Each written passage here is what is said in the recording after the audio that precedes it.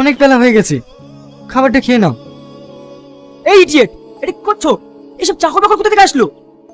Sorry sir, ইনি ম্যাডামের husband. কি? এটা তোমার হাজবেন্ড?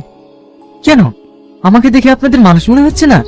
এটাই আপনাদের বড় লোকদের সমস্যা, সবসময় মানুষের ড্রেস দেখে বিচার করেন। তবে ড্রেস দেখে নয়, মানুষের মন দেখে বিচার করতে শিখুন। কি? যত বড় মুখ নেই তত বড় কথা। মিস তুহিনা, আপনি জেনে শুনে আপনি আমাকে ডেকে নিয়ে অপমান করছেন। আপনার সঙ্গে আমি কোনো ডিল করব না। এই ডিল আমি ক্যান্সেল করলাম। মিস্টার বোস, আপনি একটু শান্ত হন, আমি দেখছি।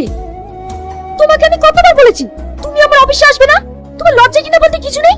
একটা কথা কান করে শুনে রেখো, এই ডিলটা তোমার থেকে আমার বেশি জরুরি। যাও এখান থেকে।